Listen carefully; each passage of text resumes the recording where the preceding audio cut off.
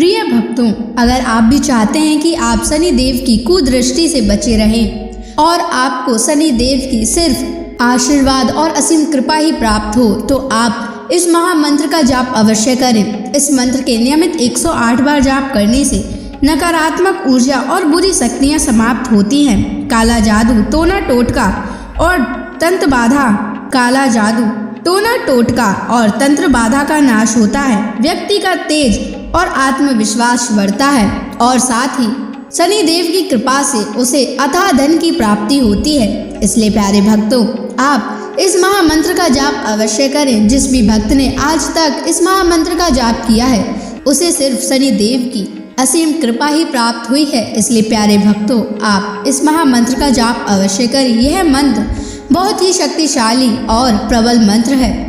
इस मंत्र का प्रभाव तुरंत ही दिखाई देने लगता है और साथ ही आपका जीवन सुखद हो जाएगा। अगर आप शनि देव का आशीर्वाद प्राप्त करना चाहते हैं तो इस वीडियो को लाइक और चैनल को सब्सक्राइब जरूर कर दीजिए और कमेंट बॉक्स में जय शनि महाराज अवश्य लिख दीजिए। तो चलिए भक्तों, मंत्र का जाप करना प्रारंभ करते हैं। ओम ह्रीं सन शनैश्चराय सर्वदोष निवारणाय स्वाहा। ओम ह्रीं सन शनैश्चराय सर्वदोष निवारणाय स्वाहा। ओम ह्रीं सन शनैश्चराय सर्वदोष निवारणाय स्वाहा। ओम ह्रीं सन शनैश्चराय सर्वदोष निवारणाय स्वाहा। ओम ह्रीं सन शनैश्चराय सर्वदोष निवारणाय स्वाहा। ओम ह्रीं सन शनैश्चराय सर्वदोष निवारणाय स्वाहा। ओम ह्रीं सन शनैश्चराय सर्वदोष निवारणाय स्वाहा। ओम ह्रीं सन शनैश्चराय सर्वदोष निवारणाय स्वाहा। ओम ह्रीं सन शनैश्चराय सर्वदोष निवारणाय स्वाहा। ओम ह्रीं सन शनैश्चराय सर्वदोष निवारणाय स्वाहा। ओम ह्रीं सन शनैश्चराय सर्वदोष निवारणाय स्वाहा। ओम ह्रीं सन शनैश्चराय सर्वदोष निवारणाय स्वाहा। ओम ह्रीं सन शनैश्चराय सर्वदोष निवारणाय स्वाहा। ओम ह्रीं सन शनैश्चराय सर्वदोष निवारणाय स्वाहा। ॐ ह्रीं सन् शनैश्चराय सर्वदोषनिवारणाय स्वाहा। ॐ ह्रीं सन् शनैश्चराय सर्वदोषनिवारणाय स्वाहा। ॐ ह्रीं सन् शनैश्चराय सर्वदोषनिवारणाय स्वाहा। ॐ ह्रीं सन् शनैश्चराय सर्वदोषनिवारणाय स्वाहा। ॐ ह्रीं सन् शनैश्चराय सर्वदोषनिवारणाय स्वाहा। ॐ ह्रीं सन् शनैश्चराय सर्वदोषनिवारणाय स्वाहा। ॐ ह्रीं सन् शनैश्चराय सर्वदोषनिवारणाय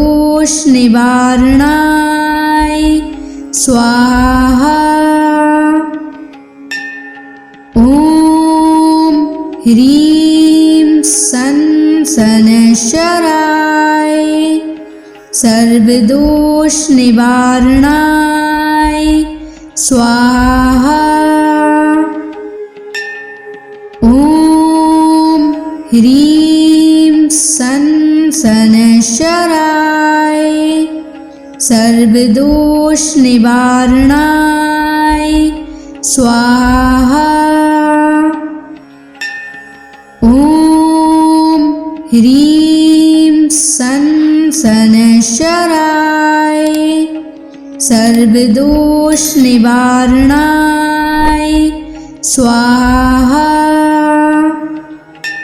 ॐ ह्रीं सन् शनैश्चराय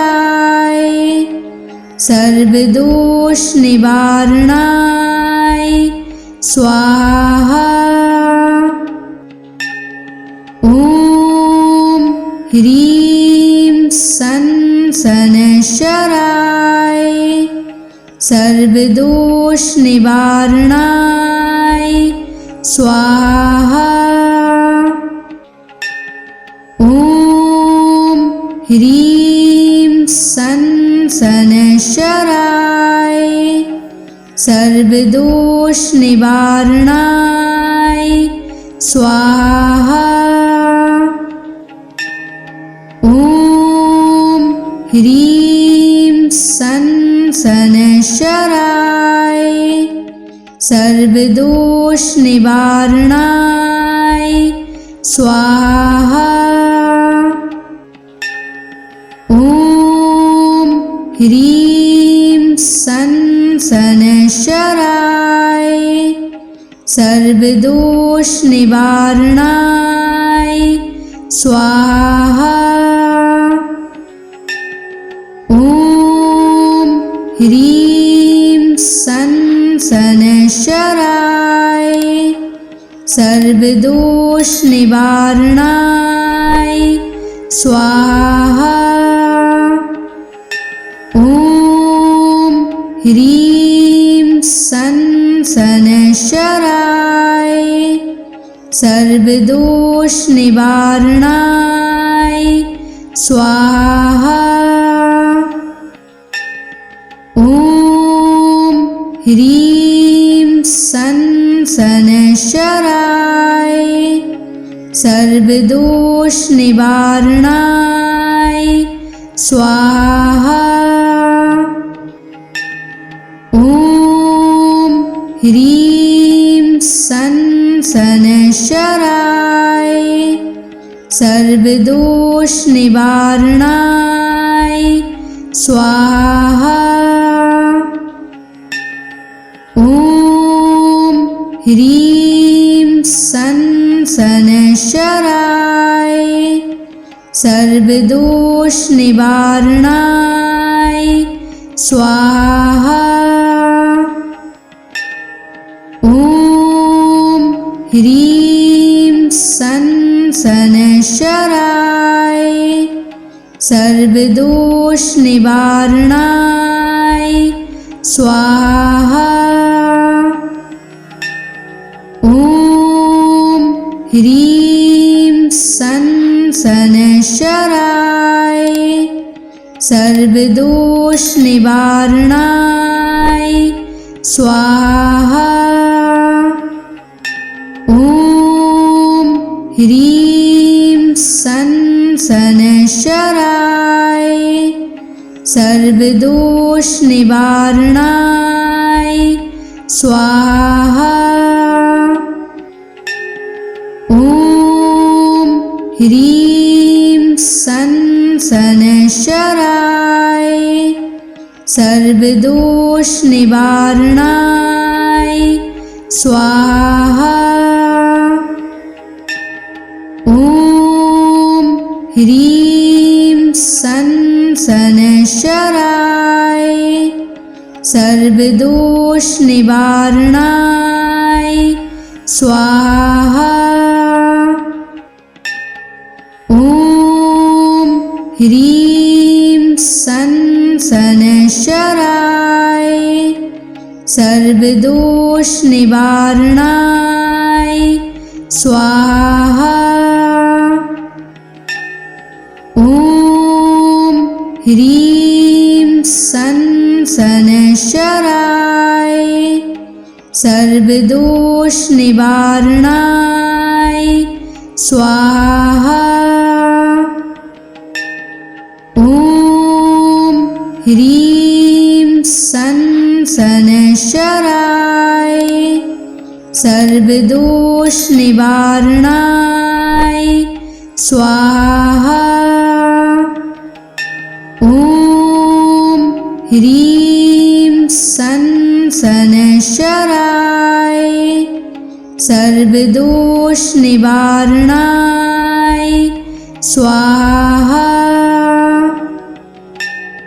ॐ ह्रीं सनशराय सर्वदोष निवारणाय स्वाहा। ॐ ह्रीं सनशराय सर्वदोष निवारणाय स्वाहा। ॐ ह्रीं सनशराय सर्वदोष निवारणाय स्वाहा। ॐ ह्रीं सनशराय सर्वदोष निवारणाय स्वाहा। ॐ ह्रीं सनशराय सर्वदोष निवारणाय स्वाहा। ॐ ह्रीं सनशराय सर्वदोष निवारणाय स्वाहा। ॐ ह्रीं सनशराय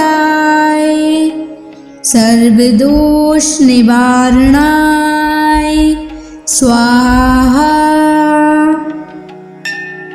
ॐ ह्रीं सनशराय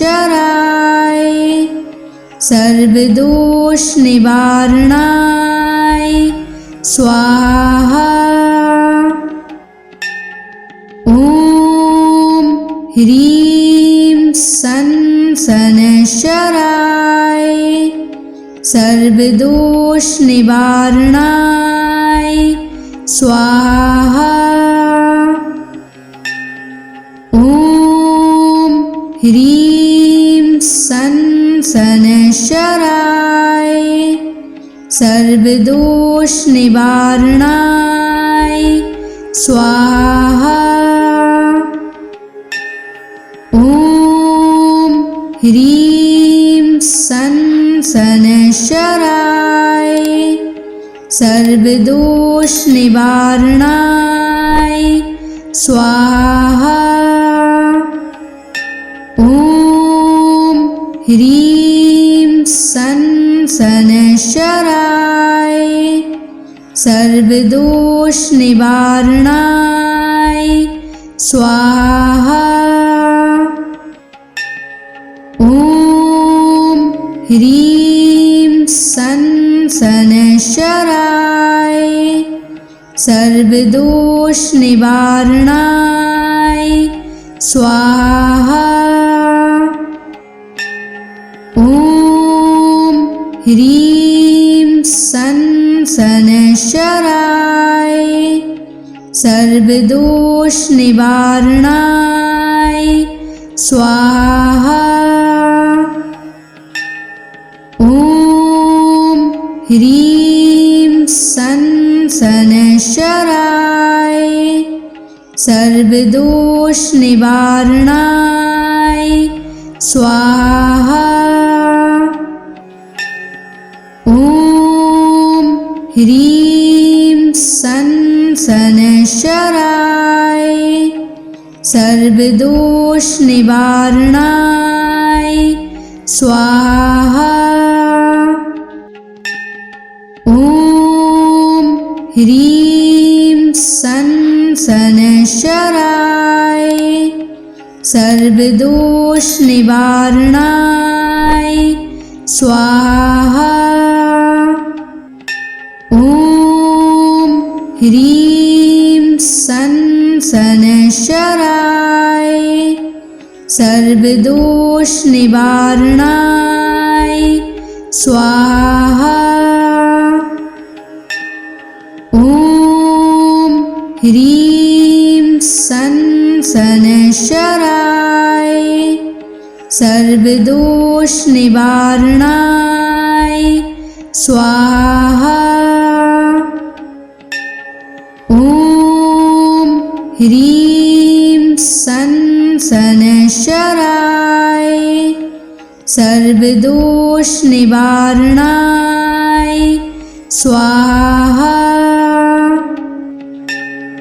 ॐ ह्रीं सन शनैश्चराय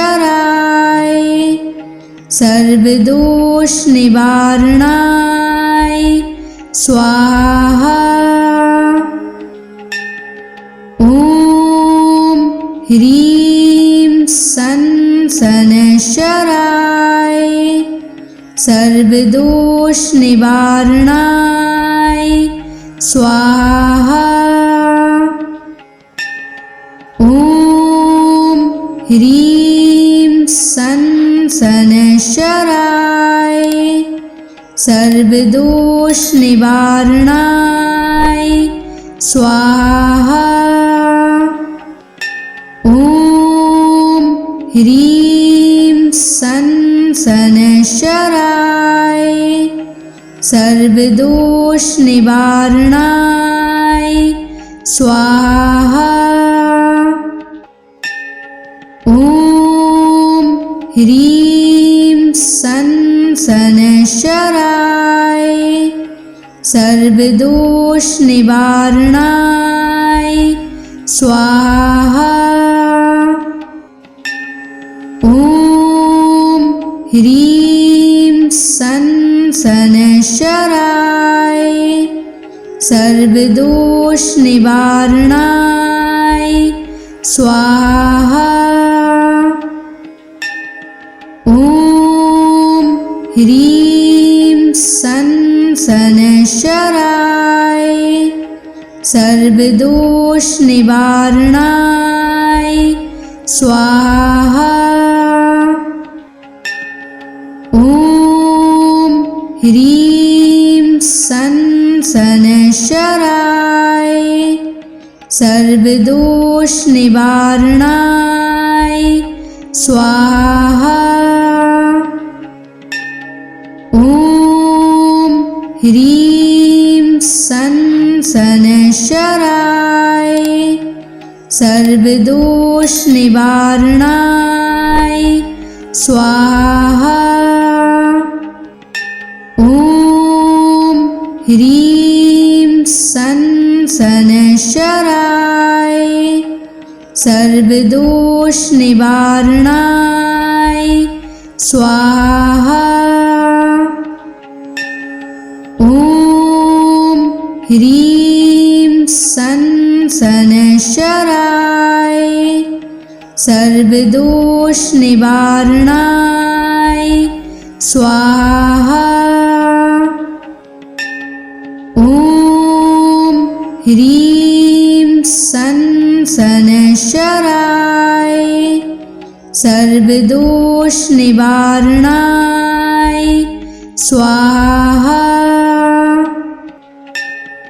ॐ ह्रीं सन् शनैश्चराय सर्वदोषनिवारणाय स्वाहा। ॐ ह्रीं सन् शनैश्चराय सर्वदोषनिवारणाय स्वाहा। ॐ ह्रीं सन् शनैश्चराय सर्वदोषनिवारणाय स्वाहा। ॐ ह्रीं सन् शनैश्चराय सर्वदोषनिवारणाय स्वाहा। ॐ ह्रीं सन् शनैश्चराय सर्वदोषनिवारणाय स्वाहा। ॐ ह्रीं सन् शनैश्चराय सर्वदोषनिवारणाय स्वाहा। ॐ ह्रीं सन् शनैश्चराय सर्वदोषनिवारणाय स्वाहा। ॐ ह्रीं सन् शनैश्चराय सर्वदोषनिवारणाय स्वाहा। ॐ ह्रीं सन् शनैश्चराय सर्वदोषनिवारणाय स्वाहा। ॐ ह्रीं सन् शनैश्चराय सर्वदोषनिवारणाय स्वाहा।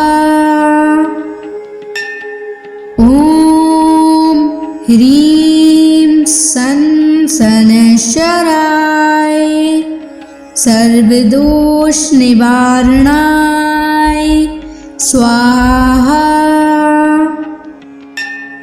ॐ ह्रीं सन् शनैश्चराय सर्वदोषनिवारणाय स्वाहा। ॐ ह्रीं सन् शनैश्चराय सर्वदोषनिवारणाय स्वाहा।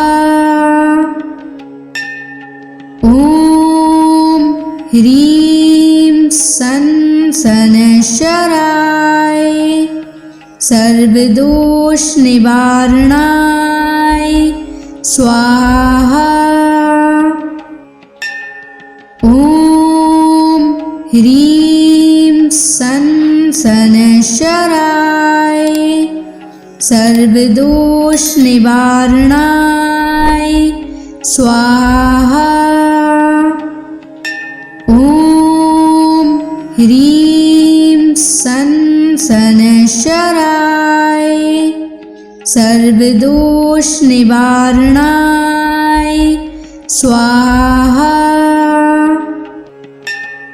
ॐ ह्रीं सं शनैश्चराय सर्वदोष निवारणाय स्वाहा। ॐ ह्रीं सं शनैश्चराय सर्वदोष निवारणाय स्वाहा। ॐ ह्रीं सं शनैश्चराय सर्वदोष निवारणाय स्वाहा। ॐ ह्रीं सं शनैश्चराय सर्वदोष निवारणाय स्वाहा। ॐ ह्रीं सं शनैश्चराय सर्वदोष निवारणाय स्वाहा। ॐ ह्रीं सं शनैश्चराय सर्वदोष निवारणाय स्वाहा। ॐ ह्रीं सं शनैश्चराय सर्वदोष निवारणाय स्वाहा। ॐ ह्रीं सं शनैश्चराय सर्वदोष निवारणाय स्वाहा। ॐ ह्रीं सं शनैश्चराय सर्वदोष निवारणाय स्वाहा। ॐ ह्रीं सं शनैश्चराय सर्वदोष निवारणाय स्वाहा। ॐ ह्रीं सं शनैश्चराय सर्वदोष निवारणाय स्वाहा। ॐ ह्रीं सं शनैश्चराय सर्वदोष निवारणाय स्वाहा। ॐ ह्रीं सं शनैश्चराय सर्वदोष निवारणाय स्वाहा। ॐ ह्रीं सं शनैश्चराय सर्वदोष निवारणाय स्वाहा। ॐ ह्रीं सं शनैश्चराय सर्वदोष निवारणाय स्वाहा। ॐ ह्रीं सं शनैश्चराय सर्वदोष निवारणाय स्वाहा। ॐ ह्रीं सन शनैश्चराय सर्वदोष निवारणाय स्वाहा। ॐ ह्रीं सन शनैश्चराय सर्वदोष निवारणाय स्वाहा।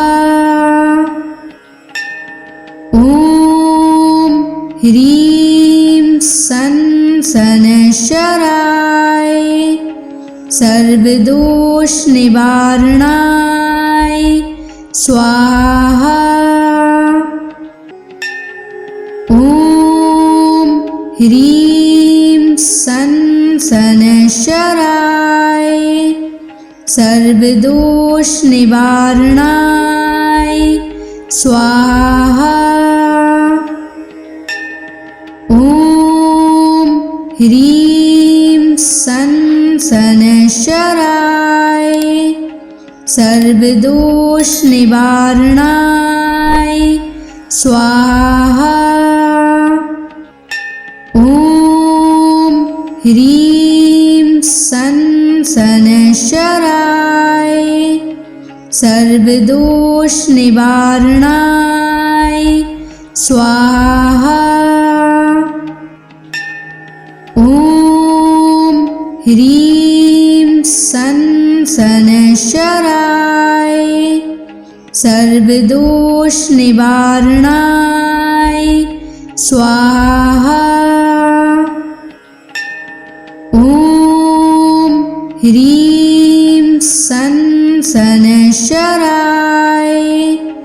सर्वदोष निवारणाय स्वाहा। ॐ ह्रीं सन शनैश्चराय सर्वदोष निवारणाय स्वाहा। ॐ ह्रीं सन शनैश्चराय सर्वदोष निवारणाय स्वाहा। ॐ ह्रीं सन शनैश्चराय सर्वदोष निवारणाय स्वाहा। ॐ ह्रीं सन शनैश्चराय सर्वदोष निवारणाय स्वाहा। ॐ ह्रीं सन शनैश्चराय सर्वदोष निवारणाय स्वाहा। ॐ ह्रीं सन शनैश्चराय सर्वदोष निवारणाय स्वाहा। ॐ ह्रीं सन शनैश्चराय सर्वदोष निवारणाय स्वाहा। ॐ ह्रीं सन शनैश्चराय सर्वदोष निवारणाय स्वाहा।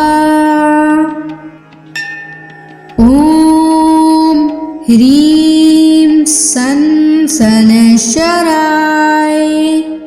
सर्वदोष निवारणाय स्वाहा।